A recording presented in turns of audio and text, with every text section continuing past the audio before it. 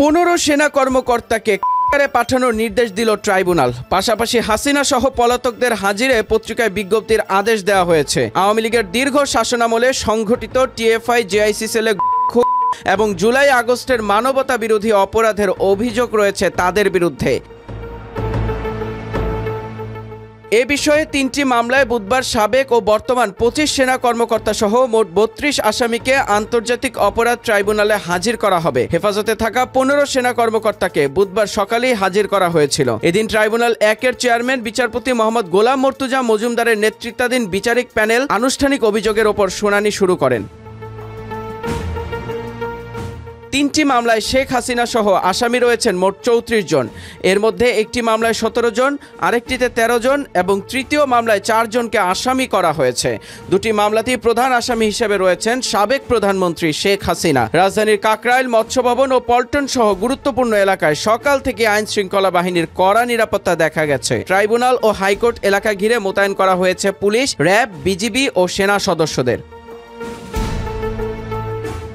মঙ্গলবার ট্রাইব্যুনাল প্রাঙ্গণে প্রেস ব্রিফিংয়ে প্রসিকিউটর গাজী এমএইচ তামিম জানান, হেফাজতে থাকা সেনা কর্মকর্তাদের হাজিরের দিন নির্ধারিত আছে। যদি তারা হাজির না হন তবে আগামীতে 2টি জাতীয় দৈনিকে বিজ্ঞপ্তি প্রকাশ করা হবে। আর হাজির হলে ট্রাইব্যুনালের আদেশ অনুযায়ী কোন রাখা হবে তা নির্ধারণ করবে স্বরাষ্ট্র মন্ত্রণালয়। এর আগে 8 অক্টোবর শেখ হাসিনাকে প্রধান আসামি করে টিএফআই সেলে বিরোধী রাজনৈতিক কর্মীদের নির্যাতন ও অভিযোগে 17 জনের বিরুদ্ধে আনুষ্ঠানিক অভিযোগ জমা দেয় প্রসিকিউশন।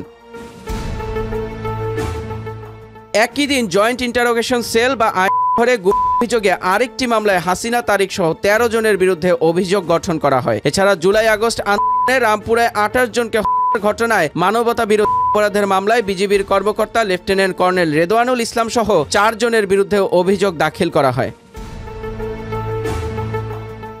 সব মিলিয়ে এই 3 মামলায় অভিযুক্ত হয়েছেন মোট 25 জন সেনা কর্মকর্তা। সেনা সদর দপ্তর 9 অক্টোবর জানায়, এদের মধ্যে 15 জন কর্মকর্তাকে ইতোমধ্যে হেফাজতে নেওয়া হয়েছে। চিফ প্রসিকিউটর মোহাম্মদ তাজুল ইসলামের নেতৃত্বে শুনানিতে অভিযোগ আমলে নেওয়ার পর ট্রাইব্যুনাল আসামিদের বিরুদ্ধে গ্রেপ্তারি পরোয়ানা জারি করে এবং আজকের মধ্যে হাজিরের নির্দেশ দেয়।